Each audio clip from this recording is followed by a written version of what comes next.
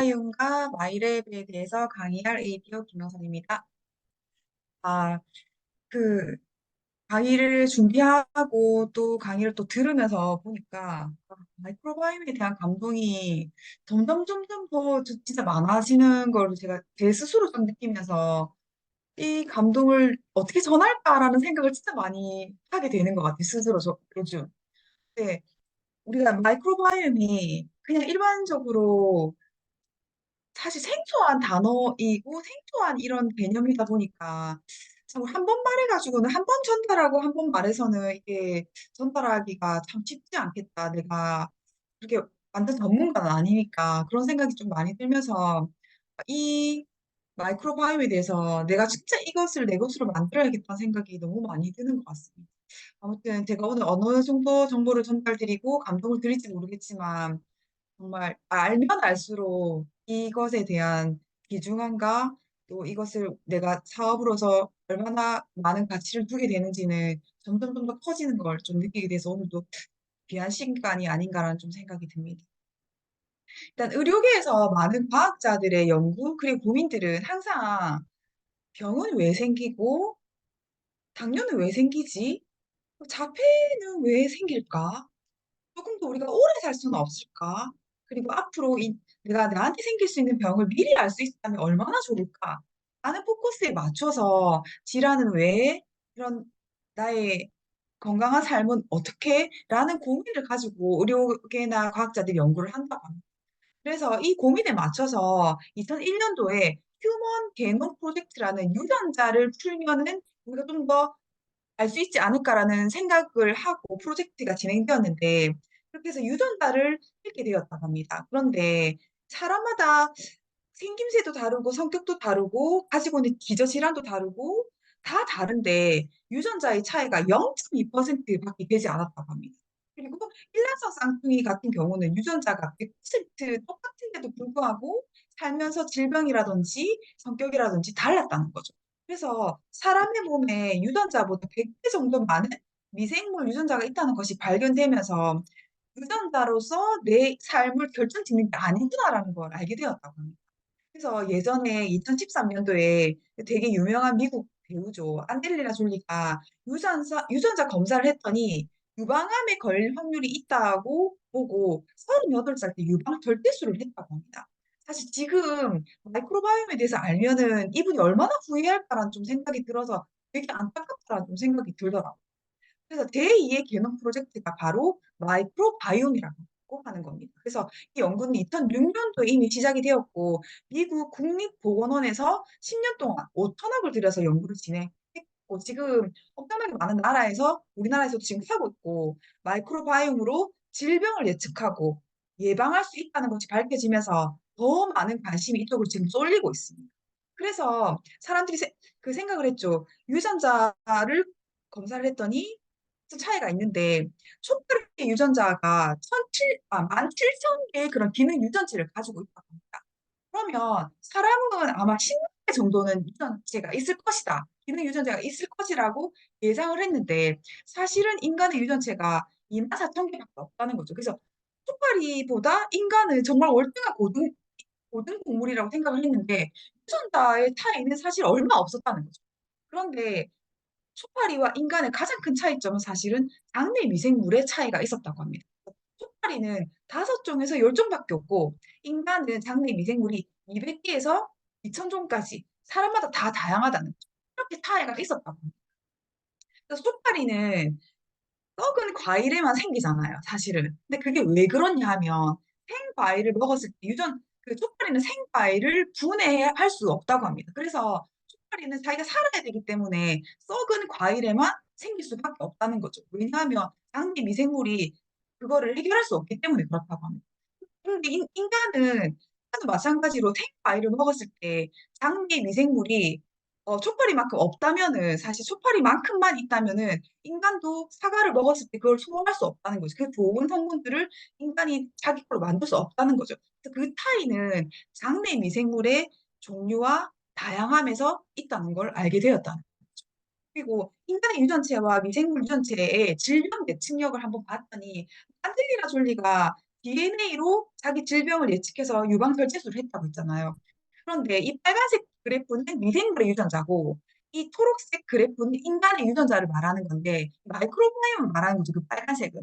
류마티스, 고혈압, 조현병, 염증성 장질환 이런 것들이 미생물의 유전자보다는 인간의 유전자보다는 미생물의 유전자, 즉 마이크로바이옴을 가지고 분석을 했을 때 질병의 예측력이 훨씬 높다는 거죠.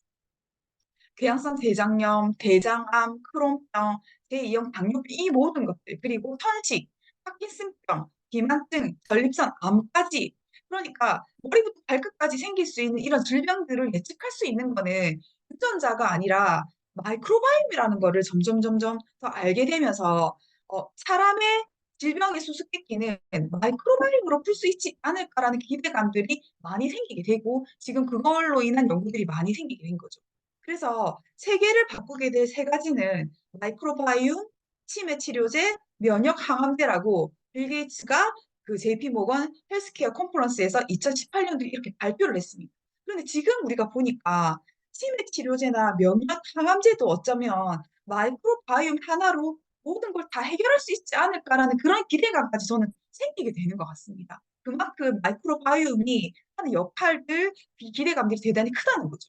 그래서 이 마이크로바이옴의 산업이 지금 어디만큼 많냐 하면 건강과 밀접 그 연관성을 가진 거는 이미 알고 있기 때문에 면역계 질환, 암, 뇌기능에 있어서 연구를 하고 있고 이게 지금 다양한 분야로 확장되어서 식품, 그다음에 건강기능성 식품, 그다음에 질병에 대한 치료제, 질병을 위한 진단, 그리고 개인 맞춤형 제품까지 지금 다양한 분야로 확장되고 있습니다. 그래서 국가별로 마이크로바이옴 프로젝트를 봤을 때 미국은 이미 2007년부터 2016년까지 1조 달러까지 투자를 했고 지금 한국도 2023년부터 2032년 10년간 1조를 투자하겠다는 그런 프로젝트가 예정되어 있다고 합니다.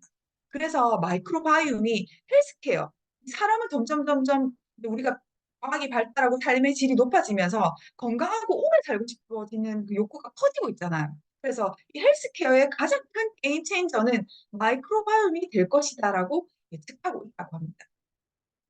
그래서 제2의 개놈 프로젝트를 봤더니 장내 미생물 그런 그 마이크로바이옴이 특정 장내 미생물과 그 대사산물 나중에 나오겠지만 포스트 바이오틱스라는 이게 아토피와 피부 질환에도 효과가 있고 그다음에 장내 미생물의 그런 다양성이 낮을수록 대장암 발병률이 높다. 그다음에 그 장내 미생물이 비만과의 관계도 대단히 크다. 그다음에 장내 미생물이 식욕과 기분 그리고 어떤 걸 먹을지에 대한 그런 의사결정에도 영향을 준다라고 합니다. 그리고 장내 미생물 구성 분포로 이제 위암, 간암, 폐암, 대장암들을 90% 정도까지 정확하게 진단을 할 수 있기 때문에 항암제 효과로도 이게 대단히 항암제 효과라도 되게 기대가 된다고 합니다. 그래서 이런 마이크로바이옴이 유익한 장내 미생물은 면역 세포를 활성화해 줌으로 해서 면역력을 높여주고 장내 미생물의 균형이 깨지면 당뇨, 장염 등의 그런 대사질환 등의 발병 위험까지 높아진다고 합니다. 그래서 마이크로바이옴은 뭐냐 하면 내 장에 1kg에서 2kg 정도의 미생물이 존재하는데 이 미생물끼리의 그런 환경들을 마이크로바이옴이라고 합니다. 그래서 최근엔 이걸 잊혀진 장기라고 표현할 정도로 어, 우리의 오장육부만큼 중요하게 생각되는 게 이 마이크로바이옴입니다.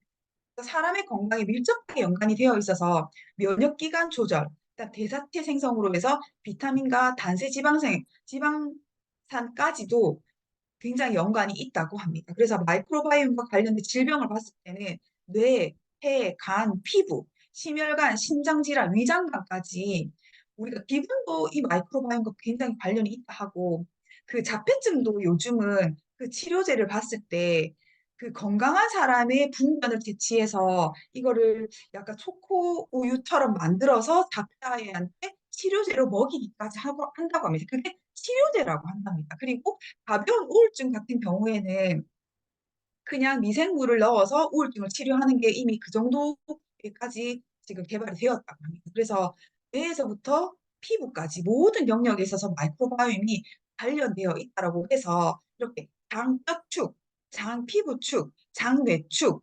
장지방축 장간축, 장신장축, 장신장축 이렇게까지 해서 장이 모든 곳에 다 연결이 되어 있는 연결선이 있다라고까지 우리가 보고 있습니다. 그러면 왜 개인 맞춤형 서비스를 해야 되냐를 한번 보면 우리가 어떤 약을 먹든 어떤 식품을 먹든 간에 나한테는 맞는 것 같은데 내가 소개해준 그 사람은 안 맞을 수도 있잖아. 그리고 어떤 사람은 약을 먹었을 때 나는 우울증 약을 먹었는데 이 약은 내한테 맞는 것 같아. 근데 어떤 사람은 안 맞아. 이런 것들이 약물이라든지 생리활성 물질에 따라서 다양하게 이렇게 반응이 생긴다는 거죠. 그래서 그걸 알아봤더니 사람마다 같은 식품을 먹든 같은 약을 섭취해도 대사 반응, 즉 흡수율이라든지 이용률이 2배에서 35배까지 다 다르다는 거예요. 그래서 그 차이는 뭐냐? 봤더니 그것도 다 당내 미생물, 마이크로바이옴의 환경에 따라서 다 달라진다는 게 점점 더 밝혀진 거죠. 그래서 우리가 뭘 하든 이제는 개인 맞춤형을 해야 되지 않나라는 그런 생각이 듭니다.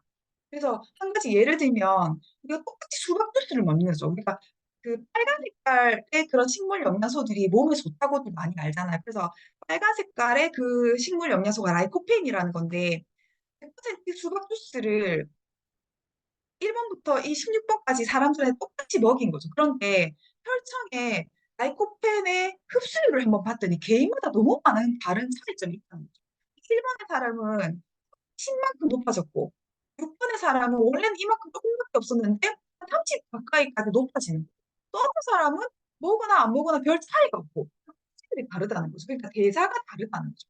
그것도 봤더니 그 사람의 장의 다양성에 따라서 이렇게 달라진다는 게 알려진 거죠.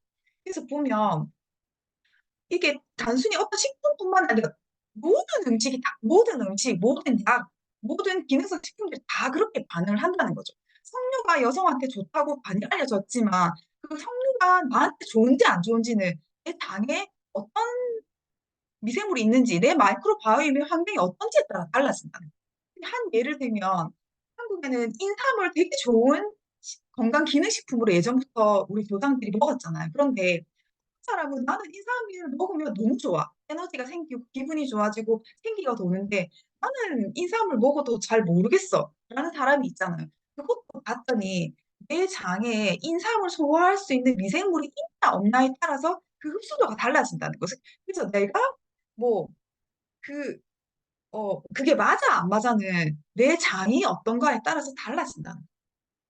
그리고 이거는 인도에서는 우리 한국도 그런 교육에 대한 열, 그 열성이 되게 높잖아요. 어른들이. 그런데 인도도 우리보다 훨씬 더 그게 더 뛰어나다고 합니다. 그러니까 그 욕구가 뛰어나대요. 그 인재 개발이라든지 그런 아이들 교육에 대한 그런 성취가 되게 높은데 거기는 IQ 검사를 해서 IQ별로 분반을 다 해서 교육을 시킨다고 합니다. 그 정도로 그런 인재들을 그 성장시키는데 되게 욕구가 높다고 하는데 IQ별로 분반을 해서 그 분변을 마이크로바이옴에 대한 다양성을 연구를 했더니 IQ가 높은 아이일수록 다양성이 높았다는 그런 연구 결과가 2023년 5월에 나왔다고 합니다.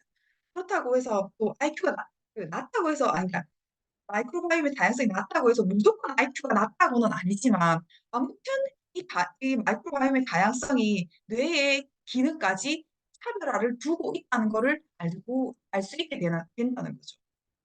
그리고 이거는 6달 동안 겨울잠만 자도 교육이 멀쩡한 땅바람쥐의 비결도 장내 세균이라고 하는데 보통 우리가 어른들도 안 움직이고 운동 안 하면 근육이 약해집니다. 이런 말을 많이 하잖아요. 그리고 어, 우리가 우주에 나가면 중력의 영향을 덜 받아서 근육이 약해진다고 생각을 하고 나가면은 근육이 약해지잖아요. 우주에 나가면. 그래서 무중력 상태에서는 근육이 약해지기 때문에 거기서도 막 우리가 뭐 TV나 이런 매체를 보면은 우주에서도 무중력 상태에서도 막 운동을 하는 게 보여지잖아요.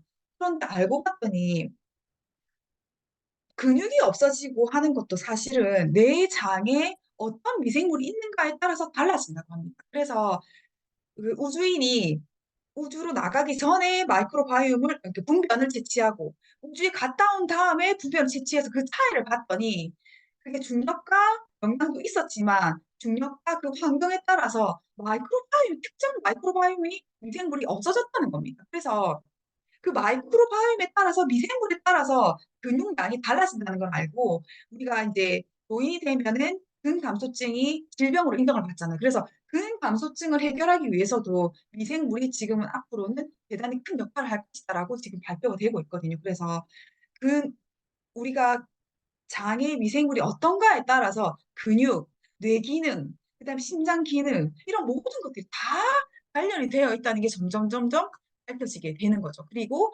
비만의 관계에 있어서 봐도 2살 이하의 어린이 5천 명을 대상으로 해서 항생제를 먹인 아이들을 추적 조사를 했답니다. 그래서 어떤 이유로든 2살 이하의 아이들이 항생제를 먹으면 5세 이상이 되었을 때 비만이 될 확률이 엄청 높아진다고 합니다. 그래서 마이크로바이옴과 항생제가 비만에 어떤 관계가 있는지까지 이제 연구 결과로 나와 있고, 이거는 보스턴 마라톤 대회에서 보스턴 마라톤을 한 그 상위급 선수들을 조사를 했는데, 운동을, 그러니까 대회를 나가기 전에 분변을 채취하고 대회가 끝난 다음에 분변을 채취했을 때 그 차이가 엄청나게 크다고 합니다. 그래서 상위권의 선수들의 그 분변을 채취해서 쥐한테 이제 이식을 시켰더니 이 쥐의 그 운동력이 엄청나게 많아졌다는 거죠.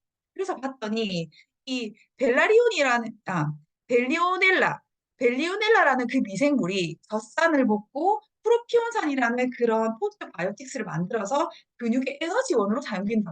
그러니까 이것도 미생물에 따라서 그 사람의 능력이 달라지는 거죠. 그렇지만 그러면 벨리오넬라라는 미생물을 우리가 좀 먹으면 안 될까? 그러면 내 근육 에너지원이 돼서 운동이 향상력이 되게 높아지지 않을까라는 생각을 하게 되는데 그걸 하루치 만드는데도 사실 수백만 원을 든다고 합니다. 그리고 인간이 가질 수 있는 2천 종류의 그런 미생물 중에, 그다음에 그 30조 중에서도 인간이 밝혀낸 거는 5%밖에 불과하지 않고, 그중 과학자들이 만들어서 제품화할 수 있는 미생물이 락토바실러스랑 비피도박테리움밖에 없다고 합니다. 그래서 우리가 시중에 나와 있는 모든 제품을 보면은 락토바실러스 몇 가지, 비피도박테리움이 몇 가지, 이게 그 미생물이 뛰어나서가 아니라 그것밖에 만들지 못하기 때문에 그렇게 제품이 나오는 거라고 합니다. 그래서 예전에는 우리가 그러니까 락토바실러스 중에서도 뭐를 몇만 마리 먹으면 좋을까 이렇게 생각을 했지만 이제는 그렇게 되는 게 아니라고 합니다. 그래서 마이랩 암에서 나오는 마이랩 프로젝트라는 거는 우리 장에 2천 종류의 미생물을 조절하기 위해서 나오는 겁니다. 그래서 단순 특정 미생물을 증식시키기 위한 게 아니라 2천 종류의 미생물을 어떻게 다양하게 만들 수 있을까를 위한 프로젝트입니다. 그래서 보면 마이크로바이옴이라는 거는 한마디로 우리 몸 안에 제약회사라고 합니다. 우리가 어떤 걸 먹어도 밥만 먹어도 건강해질 수 있는 사람은 마이크로바이옴이 다양하기 때문이고 마이크로바이옴이 많기 때문이라고 합니다. 그래서 마이크로바이옴은 그러니까 이거는 거꾸로 말할 수 있는데 비만인 사람일수록 그다음에 그러니까 천식이나 이런 질환이 있는 사람일수록 지능이 낮은 사람일수록 아토피 발병이 잦은 사람일수록 그 다양성이 떨어진다고 합니다. 그래서 반대로 말하면은 이런 게 없는 사람일수록 다양성이 높다는 거죠. 그래서 다양성을 높이는 게 건강의 삶의 지름길이라고 이렇게 나오는 거죠. 그래서 사람들은 예전에는 그러면 우리가 그 식품의약처에서 우리가 인증받은 19종의 그 프로바이오틱스는 19종을 인증을 받았어요. 19종만 프로바이오틱스라고 인증을 받았는데 그러면 그걸 다 먹으면 건강해질 수 있겠네 라고 생각할 수 있지만 2016년에 이미 발표가 된 게 많이 먹은 사람도 조심해야 된다. 몸에 해로울 수 있다라고 발표가 됐습니다. 왜냐하면 보충제로 인한 프로바이오틱스 보충제로 인한 부작용이 확인된다고 합니다. 그래서 이거 다 먹는 게 중요한 게 아니라 나한테 맞는 걸 먹어야 된다고 이미 나왔다는 거죠. 그래서 프로바이오틱스 보충 섭취 시 개인에 따라서 맞춤형이 처방되어야 된다고 말씀을 하고 계시고 개인에 따라서 맞춤형 처방이 이루어지는 첫 번째가 사실은 프로바이오틱스라고 합니다. 그래서 19종을 다 먹는 게 절대 중요한 게 아니라 바쁠 수가 있다고 합니다. 그래서 장 내에는 200에서 200종의 2,000종의 미생물이 있는데 그 조화가 중요하고 건강한 사람의 특징일수록 마이크로바이옴의 다양성이 높다라고 합니다. 그래서 미국의 국립보건원에서 2007년도에서 2016년도에 2,200억을 들여서 아주 긴 시간 동안 여러 명의 그런 그 박사들이 모여서 연구를 했대요. 아주 오랫동안 했는데 건강한 마이크로바이옴은 다양성이라고 합니다. 그래서 건강한 숲의 조건도 뭐 소나무가 좋다고 해서 소나무만 많다고 해서 그게 건강한 숲이 아니라 다양한 생물을 사는 숲이 건강한 숲이라고 하는 것처럼 내 장도 특정 미생물이 많은 게 중요한 게 아니라 다양한 미생물이 많은 다양성이 높아야지 건강한 장을 만들 수 있고 한답니다. 그래서 그 솔루션으로 낼 수 있는 게 마이랩밖에 없다고 합니다. 이거는 전 세계에서 마이크로바이옴의 다양성을 높일 수 있는 거는 마이랩밖에 없다고 말씀해도 된다고 합니다. 그래서 마이크로바이옴의 다양성은 개인 맞춤형으로 해야지 최적화될 수 있는데 그게 사람 간에도 다르고 사람도 신생아 때, 청소년기 때, 임신 기간일 때, 어른일 때, 노인일 때 다 다르기 때문에 그건 단지 개인 맞춤으로 해야지 된다고 합니다. 그래서 마이랩이라고 해서 뉴트라이트에서 마이랩을 출시를 했는데 맞춤형 헬스케어가 이제는 시대를 열 것이라고 말을 하고 그래서 HM 파마스라는 회사와 아메이가 손을 잡고 이 연구를 해서 5년 동안 연구를 해서 이 제품이 나왔다고 합니다. 어떤 분이 연구를 해서 나왔냐 하면 독일의 홀다필 교수님이라는 분이 같이 HM 파마스라는 회사를 같이 만드셨는데 이분이 얼마나 대단한 사람인가를 알면 알수록 정말 이 제품에 대한 그 가치가 더 높아지는 것 같은데 일단은 미생물의 전 세계에서 미생물 하면은 독일과 프랑스가 가장 그 선진국이라고 합니다. 그 중에서도 독일 연방 막스 브루너 연구소장으로서 17년간 이분께서 연구소장을 역임하셨다고 하는데 이 막스 브루너라는 곳이 독일의 그 위생학, 의학에 있어서 가장 많은 연구를 하는 곳이라고. 그곳에서 연구소장을 17년 동안 하셨고, 칼스 브루너라는 그런 칼슐레 대학에서 명예 교수를 오랫동안 하셨다고 합니다. 이 대학은 미국의 MIT에 버금가는 대학이라고 합니다.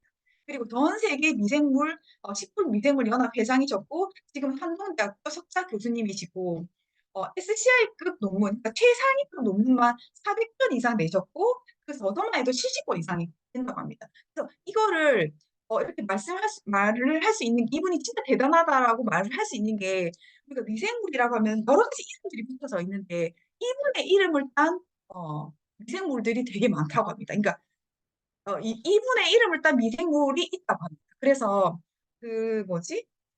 구글이라든지 이런 데 가서 락토바실러스 속이라고 치면은 제일 위에 홀자필리아 속이라고 이렇게 뜬다고 합니다. 그래서 홀자필리아 뭐뭐뭐 홀자필리아 뭐뭐라는 미생물 종류가 엄청나게 많은데 이게 이분의 이런 그 이분의 그런 위대한 그 공로를 칭하기 위해서 이분에게 이런 미생물을 이렇게 이름을 붙입니다라고 이렇게 써 있다고 합니다. 그리고 지오셉이라는 분이 이분의 제자이신데 이분도 그 마이크로바이옴을 연구해서 2011년도에 그 덴마크의 다니스코에서 신진과학자 최우수상을 받으셨고 또 12년도에 미국 불평사에서 신진과학자상을 받으셨고 또 아시아에서도 받으셨고 프랑스에서도 발전하는 과학자상을 받으시고 글로벌 박사 의학상 펠로우상도 받으시고 그러니까 마이크로바이옴에 있어서 대단히 선진국의 그런 연구를 많이 하신 분들이 이 회사를 설립하고 이 회사가 아미랑 같이 조인해서 만들었답니다. 그래서 지금 보통 회사들이 제약회사든 어떤 회사든 연구개발을 해서 1년에서 2년 안에 그 제품이 나오지 않으면 그냥 손을 뗀다고 합니다. 그런데 이분이 지요셉 박사님이 가장 놀랬던 부분이 아웨이는 1년, 2년이 아니라 제품을 5년 동안 만들지 못해도 그걸로 인해서 그 수익이 하나도 창출되지 않아도 계속 연구개발을 투자를 하셨다고 합니다. 그래서 이분들이 더 이상은 못하겠다라고 하셨을 때도 200억 정도 돈을 더 들여서 끝까지 이걸 개발하자라고 해서 지금 이게 나왔다고 합니다. 그래서 아메이랑 HM 파마스가 합작을 해서 뭔가를 한다고 하니까 지금 아모레퍼시픽, CJ 제이제당, 뭐 동근당 이런 데서 셀트리온 이런 데서 많은 투자를 해서 자기랑 하자고 이렇게 손을 내밀고 있다고 합니다. 그렇지만 이 개인 맞춤형 유산균은 아메이랑 20년 독점 계약을 했기 때문에 다른 회사하고는 절대로 할 수 없다고 합니다. 그래서 보면은 이런 거 알았을 때, 스토리를 알았을 때 이 감동이 더 진해지는 것 같아요, 저는. 그래서 마이크로바이옴에 있어서는 진짜 전 세계적으로도 이 회사가 선두주자입니다. 그래서 이 회사는 원래 신약 개발 전문 회사라고 합니다. 그래서 원래는 이런 건강기능식품이 아니라 신약 개발 전문 회사였기 때문에 어, 처음에는 이거를 쉽게 개발할 수 있을 거라고 생각을 했는데 진짜 대단히 어려운 일이었다고 이렇게 말씀을 하시더라고요. 그래서 계속 지금 셀트리온도 그렇고 뭐 지놈 앤 컴퍼니라는 되게 유명한 회사라고 하고도 지금 계속 신약 그러니까 마이크로바이옴을 가지고 신약을 계속 개발하고 있는 그런 회사입니다. 그래서 아메이의 마이랩은 뭐냐? 한번 예를 들어서 말씀을 드리자면 만약에 내가 간암에 걸렸을 수도 있잖아요. 간암에 걸렸다고 가정을 했을 때 우리가 항암 부작용을 진짜 사람들이 많이 겪잖아요. 그런데 내가 그 간암에 걸린 그 간을 생검을 해서 10개에서 20개 정도의 기존 항암제를 가지고 어떤 게 가장 좋은 나한테 맞는 치료제인지 알아보려고 하면 그 간암 생검에다가 기존의 항암제를 넣어서 배양을 해본다. 그렇게 했을 때 나한테 가장 뭐잘 맞는 항암제가 딱 나올 수 있잖아요. 그러면 그 약을 가지고 나는 치료를 받으면 부작용도 좋고 효과도 좋고 치료도 빨리 되겠죠. 한 가지로 이 피마스라는 특허 기술이 뭐냐면 나한테 맞는 유산균을 선택할 수 있다는 거죠. 그러면 이 나한테 맞는 유산균이 뭐냐라는 기준을 보면 아까 마이크로바이옴의 다양성이 높아야지 건강해진다고 했잖아요. 그러면 유산균을 먹었을 때 다양성이 얼마나 높아지는 유산균인지 그리고 이 미생물이 만든 대사체, 미생물이 만든 대사체를 포스트바이오틱스라고 하는데 이 포스트바이오틱스가 얼마나 많이 나오는지가 나한테 맞는 유산균인지 아닌지를 선택할 수 있는 겁니다. 그래서 피마스티크 기술은 나의 분만을 받아서 내가 가지고 있는 미생물로 유산균을 넣었을 때 얼마나 많은 미생물이 다양해지는지, 포스트바이오틱스가 많아지는지를 선택하는 게 이게 맞춤형 프로바이오틱스입니다. 이게 마이랩입니다. 그래서 지금은 다른 사람의 똥을, 분변을 통째로 캡슐화한 것을 가지고 약이라고 이렇게 내놓는 정도의 수준이라고 합니다. 지금의 신약 개발이. 근데 마이랩은 그거보다 훨씬 더 고도화된 기술을 가지고 지금 유산균을 제품을 출시하고 있는 겁니다. 그래서 마이랩을 통한 이 마이크로바이옴의 다양성과 포스트바이오틱스 증가를 한번 봤더니 81% 정도 효과가 있었다고 합니다. 그래서 마이크로바이옴도 다양성도 확인이 되고 핵심 포스트바이오틱스도 증가되는 것도 다 확인을 한 상태입니다. 그리고 의약품 같은 경우도 70%만 효과가 있어도 이거는 약효가 있다라고 고지를 하고 제품 출시한다고 합니다. 그러니까 81%면 대단히 높은 거죠. 그러면 20%는 왜 안 될까라고 역추적을 한번 해본다. 왜 20%는 안 될까를 봤을 때 우리가 인스턴트 식품을 많이 요즘 현대인들은 안 먹을 수가 없죠. 그러면 거기에는 방부제도 들어가고 색소도 들어가고 가당도 많이 들어갑니다. 그러면 이거는 떨어질 수밖에 없다고 합니다. 방부제라는 것 자체가 균을 죽여서 그 식품이 오래 가도록 만드는 거잖아요. 그래서 아마존의 원시인의 변을 분석하면 지금 우리가 현대인보다 3배 이상 다양성을 가지고 있다고 합니다. 이거를 이미 다 확인을 했대요. 아마존에 있는 그 원시인과 미국 사람의 마이크로바이옴의 다양성 확인했더니 여기 있는 오렌지색, 초록색, 노란색 이게 마이크로바이옴의 종류라고 합니다. 미생물의 종류인데 여기 있는 원시인들은 되게 다양하죠. 미국인들은 다 떨어져 있답니다. 그래서 미국인뿐만 아니라 사실 한국인도 아이들까지도 지금 마이크로바이옴이 초토화되어 있다라고 말해도 무방하다고 합니다. 그 정도로 지금 이 식습관에서 오는 다양성이 진짜 많이 떨어지고 있다는 거죠. 그리고 두 번째는 해열 진통제 같은 그런 약품들. 타인에는 우리 조금만 아파도 이런 거 먹잖아요. 그런 것들이 다 마이크로바이옴을 다양성을 떨어뜨린다.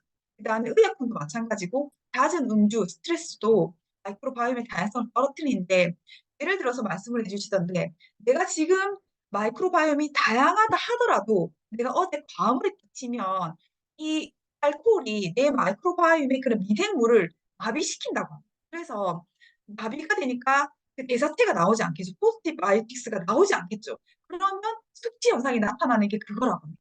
내가 숙취 현상이 생겼다. 이거는 내가 마이크로바이옴 지금 미생물들이 제 일을 하지 못하고 있는 상태라고 보시면 된다고 합니다. 그리고 바이러스 감염되면은 그것도 당내 미생물이 제대로 역할을 못하고 그다음에 과민 반응으로 미생물이 죽는다고 합니다. 그래서 백신을 맞는 것도 다양성을 떨어뜨린다. 그래서 우리가 그러면 마이랩을 가지고 어떤 효과를 보기 위해서 지금 이걸 하냐, 이렇게 봤을 때, 우리가 마이크로바이옴이 다양하면은 밥만 먹어도 건강하다고 했잖아요. 그런데 마이크로바이옴을 높인 상태에서 우리가 건강 기능성 식품, 예를 들어서 WC를 먹으면 면역력이 엄청 올라가요.